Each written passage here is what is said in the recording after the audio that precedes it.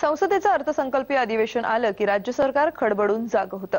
राज्यातील केंद्राकडे प्रलंबित असलेले प्रश्न कोणते यावर चर्चा करण्यासाठी बैठक होते।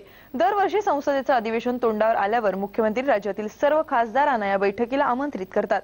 प्रश्न मांडले जातात, पण प्रश्नांची संख्या आणि स्वरूप तेच ते पाहायला मिळतं। महाराष्ट्राचे काही प्रश्न केंद्रात विचारत पडले। उदाहरणार्थ मुंबईला नवा एअरपोर्ट हा प्रश्न विचारत पडलेला आहे। अनेक बिलं महाराष्ट्राची मंजूर झालीत, परंतु अजून केंद्र सरकारची त्याला मान्यता मिळालेली नाही। महाराष्ट्राच्या रेल्वे मार्गाचे प्रश्न आहेत। मनमाड समजा इंदोर आहे, त्याच्यानंतर अहमदनगर बीड परळी आहे। मुख्यतः रेल्वे, मुंबईचं विमानतळ, पर्यावरणाच्या संदर्भातले प्रश्न हे केंद्र सरकारकडे वर्षानुवर्ष पडून राहिलेत।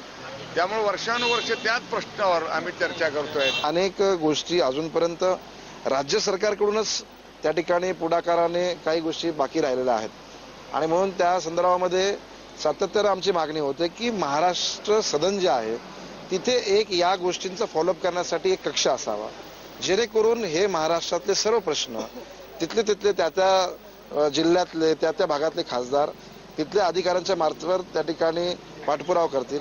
नाही, आम्ही दुष्काळावर चर्चा केली। खास करून दुष्काळ महत्वाचा आहे। सगळ्या खासदारांनी एकत्र राहून दुष्काळासाठी केंद्राकडे निधी मागायला पाहिजे आणि देवस्थानाकडून जो पैसा घेतलेला आहे आता, तर माझी अशी मागणी आहे की शिक्षण सम्राट जे महाराष्ट्रातले आहेत त्यांच्याकडनं सुद्धा पैसे घ्या, उद्योगपतीकडून पैसे घ्या आणि दुष्काळ निवारणाचं कार्य जोरात सुरू करा।